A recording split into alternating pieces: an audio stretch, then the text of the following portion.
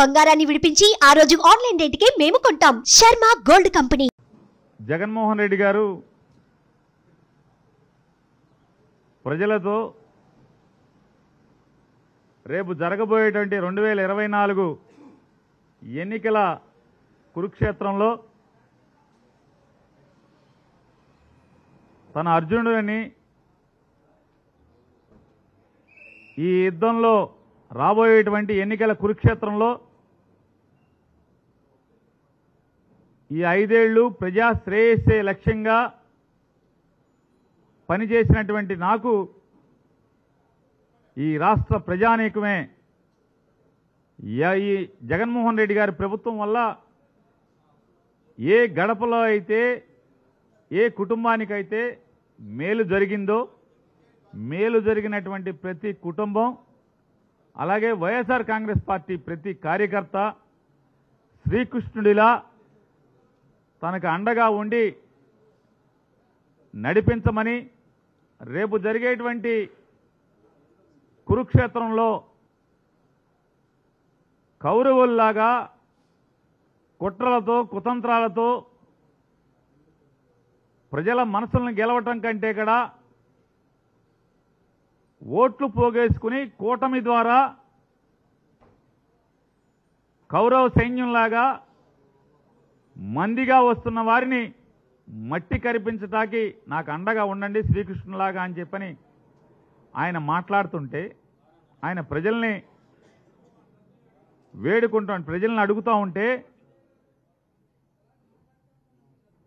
Janasena party అధ్యక్షుడు పవన్ కళ్యాణ్ గారు ఒక జంపింగ్ జపాంగ్ని పెద్ద వీరుడిగా సూర్యుడిగా పోటుగాడిగా ఊహించుకుని అతను పక్కన పెట్టుకుని మాట్లాడతాడు. అర్జునుడైతే ద్రౌపదిని కాపాడాలంటాడు. అర్జునుడికి ద్రౌపదికి బంధం ఏంటో సంబంధం ఏంటో కూడా వీరికి తెలియదు. సరే పోతే పోయింది. చెల్లెల్ని తిట్టిస్తున్నాడు జగన్మోహన్ రెడ్డి గారని మాట్లాడతాడు. అయ్యా పవన్ కళ్యాణ్ గారు కుటుంబ బంధాల గురించి మానవ సంబంధాల గురించి కుటుంబ జీవితం గురించి ఇక మీ దగ్గర ఈ ప్రపంచం నేర్చుకోవాలంటే ఇంతకన్నా హాస్యాస్పదం ఏముంది పవన్ కళ్యాణ్ గారు? జనరంజక నటుడు 2009లో ప్రజారాజ్యం పార్టీ పెట్టినటువంటి మెగాస్టార్ చిరంజీవి గారు కేంద్ర మంత్రిగా కాంగ్రెస్ పార్టీ రాజ్యసభ సభ్యుడిగా కాంగ్రెస్ ప్రభుత్వంలో మన్మోహన్ సింగ్ గారి ముఖ్యమంత్రిగా ఉన్నటువంటి కాంగ్రెస్ ప్రభుత్వంలో కేంద్ర మంత్రిగా ఆయన ఉంటే సాక్షాత్తు చిరంజీవి గారికి తోడబుట్టినటువంటి తమ్ముడుగా మీ పాత్ర ఏంటి? మీరేం చేశారు? ఎంత అవమానించారు? మీరు చంద్రబాబు నాయుడికి మోడీకి ఓట్లు వేయమని చెప్పని కాంగ్రెస్ పార్టీని నాశనం చేయమని చెప్పని మీరు మాట్లాడితే చివరికి ఏం చేయలేని స్థితిలో చిరంజీవి అభిమాన సంఘం మీటింగ్ అదే రోజు పెట్టుకుని వాళ్ళు చెప్పుకోవాల్సిన పరిస్థితి. రామ్ చరణ్ గారు,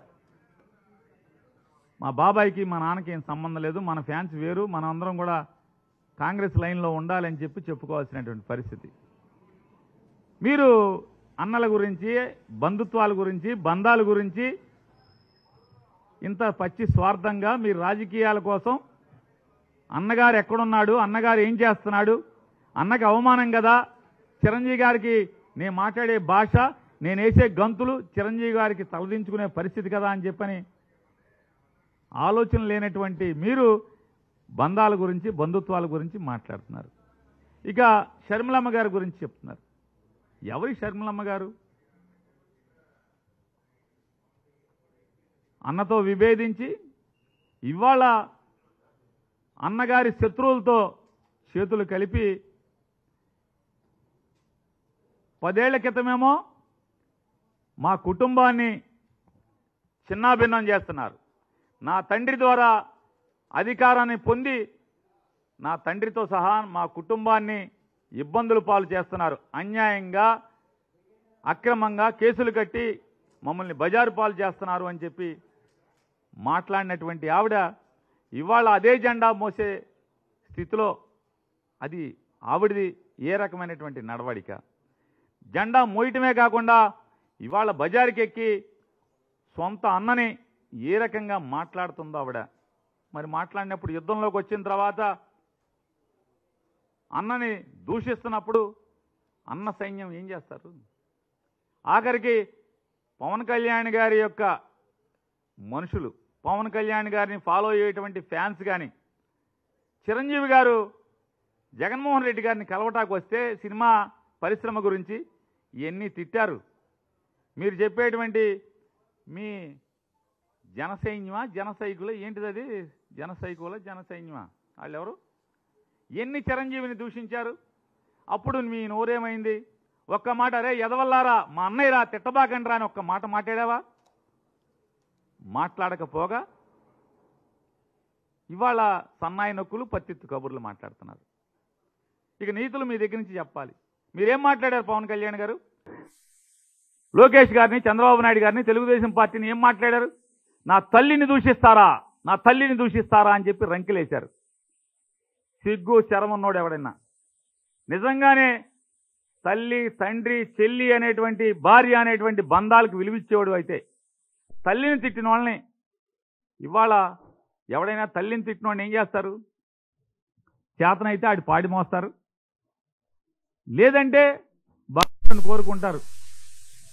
వాడికి ఇంత దుర్మార్గంగా నేను ఆడికి మేలు చేస్తే నా తల్లిని తిట్టారు, అవమానించారు కాబట్టి భగవంతుడా వాడి పాపాలని కడిగయ్యో లేకపోతే వాళ్ళ పాపాలకు తగ్గ శిక్ష అయ్యో అని కోరుకుంటారు. కానీ మనం ఏం చేస్తున్నాం? పల్లకి మోస్తున్నాం. తల్లిని తిట్టిన వాళ్ళ లేదా నువ్వు ముఖ్యమంత్రి అవ్వాలి, నువ్వు ముఖ్యమంత్రి అవ్వాలి, మా ప్రాణం పెడతాము, మేము చచ్చిపోతాం అని చెప్పని ఏ రంగం వేస్తున్నటువంటి మీ వాళ్ళందరినీ కూడా అరే మనకి సీన్ లేదురా, మనం పల్లకి మోయటమేరా, మనం ముఖ్యమంత్రి అవ్వలేము, నేను ఎమ్మెల్యేని అవ్వలేను, మీరు ఆగండి అని చెప్పని ఇట్లాంటి స్థైర్యాన్ని చంపే మాటలు మాట్లాడేవాడిని ఏమంటారు భారతంలో? యుద్ధం చేయాల్సిన వాడిని, యుద్ధానికి సిద్ధమైనటువంటి వ్యక్తుల్ని మానసిక స్థైర్యాన్ని చంపేవాడిని ఏమంటారు? శల్యుడు అంటారు. నవయుగ భారతంలో, కలియుగ భారతంలో శల్యుడి పాత్ర పవన్ కళ్యాణ్ పోషిస్తున్నాడు అనేది మాట వాస్తవమా కాదా? యుద్ధం చేస్తున్నట్టే అంటే యుద్ధానికి సిద్ధమైనటువంటి జన సైనికుల్ని నిర్వీర్యం చేస్తూ వాళ్ళ మానసిక స్థితిని చంపేస్తూ వాళ్ళ ధైర్యాన్ని చంపేస్తున్నటువంటి అండి ఇవాళ కలియుగ శల్యుడి నువ్వు. నాడు కర్ణుడి ధైర్యాన్ని నిర్వీర్యం చేయడానికి ప్రయత్నం చేసిన శల్యుడు ఇవాళ మీ పార్టీ కార్యకర్తల్ని స్థైర్యాన్ని యుద్ధం చేద్దామని రెడీ అవుతుంటే ఆయుధాలను పక్కన పడేయండి, మనం పల్లకి మొయ్యాలి, మన చేతిలో ఆయుధాలు కాదు, మన చేతిలో పల్లకి పట్టి ఉండాలి, పల్లకి కమ్మి ఉండాలని చెప్పి చెప్తున్నాడు. నువ్వు శల్యుడితో కదా శల్యుడు. మరి నువ్వు శల్యుడివి కాబట్టి అర్జునుడు అంటే నువ్వు పోల్చుకుంటున్నావు. అర్జునుడికి శల్యుడికి పోల్చుకున్నప్పుడు నీకు బాధ కలుగుద్ది. ఆ బాధతో మాట్లాడేటువంటి మాటలు